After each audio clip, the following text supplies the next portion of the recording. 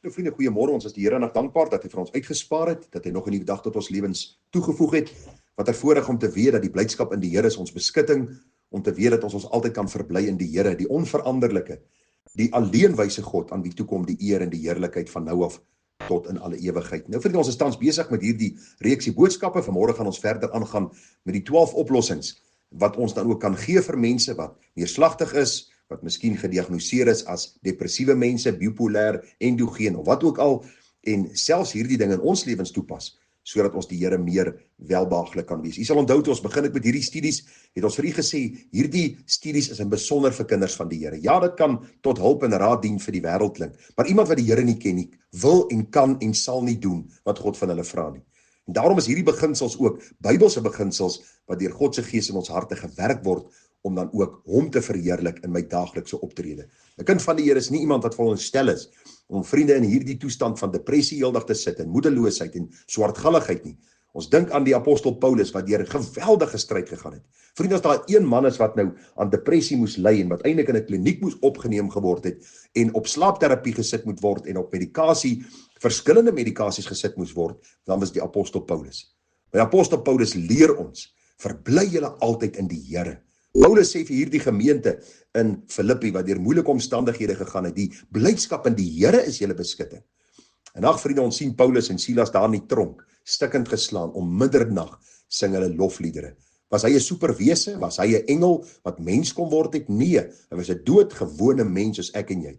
Iemand wat die kerk van Jesus vervolg het, wat uit genade gered is, en sy lewe is 'n toonaangewende voorbeeld vir ons wat lewe in die jaar 2025. So kom ons kyk vanmôre nou na verdere oplossings wat ons dan kan self implementeer of kan gee aan mense wat aan depressie ly. Die volgende een, vriende, is aanvaar met vreugde die vergifnis van God en ander eerder as om in 'n toestand van selfveroordeling te vertoef.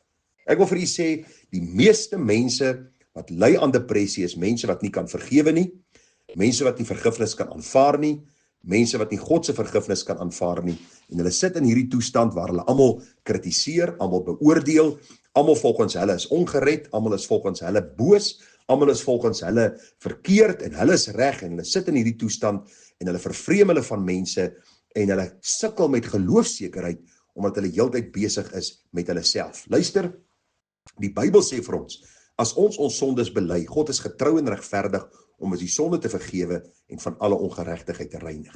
Die Here sê vir ons in sy woord, verdra mekaar en vergewe mekaar as die een teen die ander 'n klag het. Soos God julle in Christus vergewe het, so moet julle doen. As iemand my vergifnis kom vra, dan gee ek vir hulle vergifnis soos God vir my vergifnis kom gee het. En vriende, aanvaar met vreugde die vergifnis van God en ander eerder as om in hierdie toestand van selfveroordeling te vertoef. Anders gaan jy wegsink in hierdie afwaartse spiraal van depressie en neerslagtigheid, en dit gaan jou optrede, dit gaan jou lewenskwaliteit, dit gaan jou verhoudinge met mense geweldig kompliseer. En ag vriende, baie hartseer oor jou lewe bring. Daarom is dit baie belangrik om te sien wat die Bybel vir ons oor hierdie saak sê. Dan die volgende ene, korrigeer verkeerde denke oor God, insluitende sy goedheid, sy genoegsaamheid, sy getrouheid, sy nabyheid, sy oplettendheid, sy medelee, en so kan u die lys verder maak. Met ander woorde, dink reg oor God. Wanneer ons in hierdie toestand van depressie is, dan dink ons dat die Here nie meer goed is vir ons nie. U kan gaan lees, daar is vers op Psalm 34 vers 8. Ons dink aan God se genoegsaamheid en ons twyfel daaraan. Psalm 73 vers 25 en 26, en kom ek lees gou vir u wat hierdie psalmdigter self skryf oor hierdie saak. U sal onthou die man Asaf. Hy begin hierdie psalm en hy sê, waarlik God is goed vir Israel, vir die wat rein van hart is, maar wat my aangaan, my voet het amper gestruikel, my voetstap het byna uitgegly, want ek was afgunstig op die onsinniges, toe ek die voorspoed van die goddelose mense sien. En dan kerm hy by die Here oor die feit dat hy sy hande rein gehou het, en die Here het eintlik sy rug teen hom gedraai, en hy sê verskillende dinge daar in die psalm, u kan dit self gaan deurlees, en dan kom hy by hierdie pragtige en kosbare gevolgtrekking uit, nadat hy in die gebed was voor die Here, en in die heerlikheid van die Here. Hy sê, u sal my lei deur u raad, en daarna in u heerlikheid opneem. Weet ek buiten u in die hemel, en buiten u begeer ek ook niks op die aarde nie, al beswyk my vlees en my hart, God is die rots van my hart, en my deel tot in ewigheid. U sien vriende, is belangrik dat ons verkeerde denke oor God sal korrigeer. God se getrouheid, lees Psalm 27 vers 10. God se nabyheid, Psalm 34 vers 18 en 19. God se oplettendheid, Psalm 22 vers 24. Kom ons lees dit gou-gou. Psalm 22 vers 24. Hoor hoe pragtig sê die psalmdigter dit. Hy sê, want hy het die ellende van die ellendiges nie verag of verfoei en sy aangesig vir hom nie verberg nie, maar hy het gehoor toe die hom aangeroep het om hulp. Is dit nie vir u pragtig nie? Daarom moet u en ek ons denke verander rondom die Here, want hy is genadig, hy is liefdevol, hy is barmhartig. En soms gaan ons deur stryd, ja, hy is soos 'n vader wat ons deur sekere dinge stuur om ons volwasse te maak, geestelik sterker te maak, sodat ons weer ander kan help, ons voor te berei vir die heerlikheid van die hemel, en daarom korrigeer jou verkeerde denke. God se medelee is die Bybel vol, Psalm 55 en 2 Korintiërs 4 en verskillende ander plekke waar ons dit kan leer. Vriende, is baie belangrik om hierdie groot waarhede raak te sien. En die laaste een vanmôre, korrigeer verkeerde denke oor die lewe, insluitend die spesifieke situasie wat aanvanklik die depressiewe gevoelens gestimuleer het. Vriende, luister, die lewe moet heeltyd aangenaam en maklik wees, so dink ons.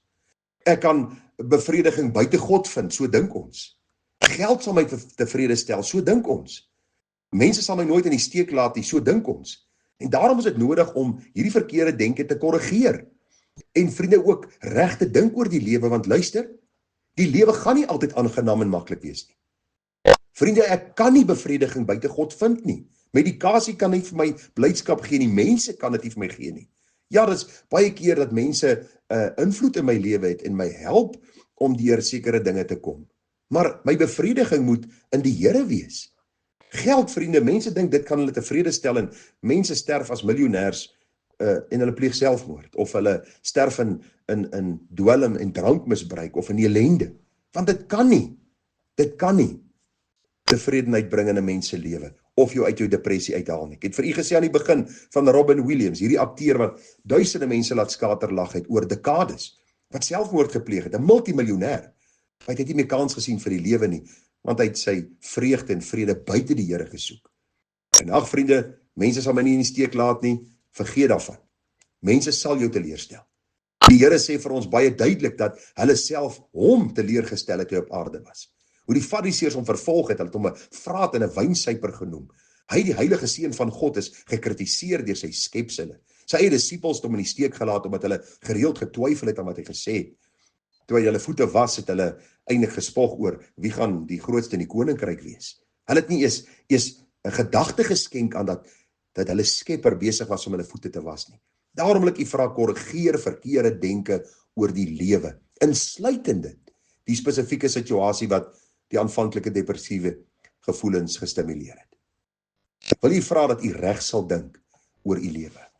En dan baie belangrik, elimineer faktore wat depressie voed, soos bitterheid, broei oor 'n bepaalde saak, familie, grys areas in jou lewe, die uitstel van sekere verantwoordelikhede, die vermyding van mense, miskien besluite wat gemaak moet word, swak slaap of eetgewoontes. Probeer hierdie faktore in jou lewe elimineer.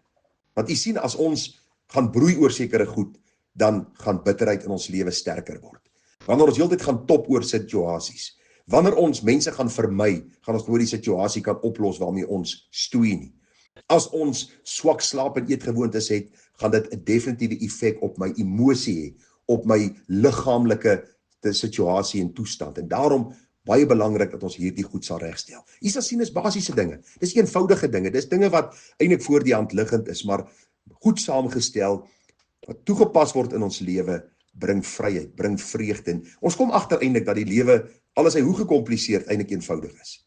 Want as ons bly by God se waarheid, leer hy ons sekere beginsels, sekere dinge om af te lê, sekere dinge om op te neem, en in hierdie aflê en opneem proses, leer ons om heilig en sonder gebrek voor die Here te wees. Vriende, môre die laaste paar gedagtes, en dan vertrou ons die Here dat die Here ook vir u genade sal gee, soos vir my, om te deel met ons depressie wanneer dit tans kan toe kom, om ander te help wanneer hulle in hierdie situasie sit, en dat ons God so alles kan eer. Want hy is ons skepper, hy is ons redder, hy het ons goed saamgevoeg in die moederskoot. Die Bybel sê hy het ons kunstig saamgevorm en geweef, en hy weet wat ons nodig het. Hy ken ons emosionele toestand, hy ken ons geestelike toestand, hy ken ons liggaamlike toestand, hy weet wat ons nodig het. Daarom kan ons met alle vrymoedigheid sê, God is ons helper. Ons hoef nie te vrees nie, wat kan 'n mens aan my doen? Mag die Here genade gee en wysheid gee om sy naam te verheerlik. Groete vir u, mooi dag verder, Tara.